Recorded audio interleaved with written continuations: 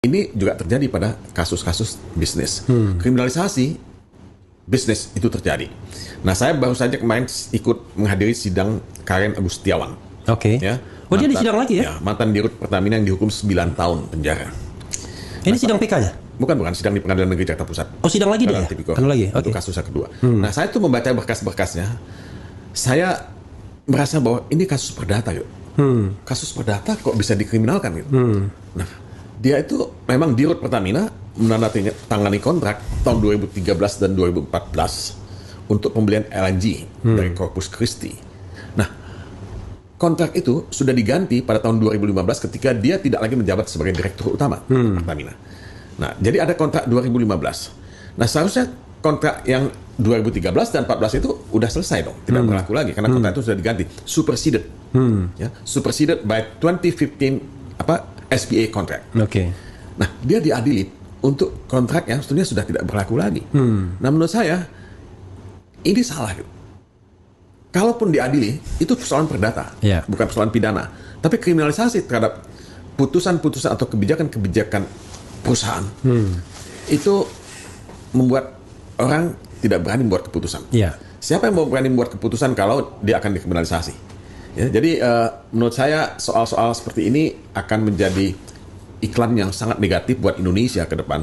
Nah, saya tadi baca di Reuters ya, berita mengenai kasus Karen ini. Ya, baca juga di Guardians. Ya, jadi saya tone-nya negatif. Sangat-sangat negatif. Saya melihat ya dunia ini akan melihat loh, Indonesia ini katanya mau jadi negara apa tuh tahun 2045? Indonesia emas. Indonesia emas. Kan itu membutuhkan investasi yang banyak sekali. Nah, maukah investor-investor asing itu masuk ke Indonesia kalau dia membaca kasusnya Karen? Ya, dia kan mungkin membayangkan, pada satu waktu saya akan dikriminalkan juga dong kalau buat putusan yang salah. Bisnis itu kan bisa untung bisa rugi. Keputusan-keputusan korporasi yang dibuat oleh perusahaan yang ditandatangani oleh presiden, sejauh dia sudah disetujui oleh Board of Directors dan Board of Commissioners, itu tidak melawan hukum, itu sesuai dengan aturan korporasi, nggak bisa dipidanakan. Kecuali ada niat jahat di situ. Kecuali ada niat jahat. Dan kalau dia dituduh korupsi, apakah dia memang memperkaya dirinya sendiri? Ya, itu kan harus dibuktikan dan saya tidak melihat, tidak melihat hal itu terjadi pada kasus Karen. Nah, ini dalam dunia bisnis menjadi perdebatan yang sangat intens dilakukan. Nah, teman-teman yang bergerak di law firm yang mengerjakan hal-hal yang sifatnya korporasi itu membuat semacam kelompok group yang namanya business judgment rule. Nah, karena itu semua business judgment yang dibuat itu. Nah, kenapa business judgment itu dipidanakan? Ya, di Undang-Undang BUMN ada juga itu business judgment rules. Jadi ada sekarang rencana untuk membuat judicial review terhadap pasal 2 dan pasal 3 Undang-Undang Pemberantasan Tindak Pidana Korupsi. Jadi itu jangan disalahgunakan.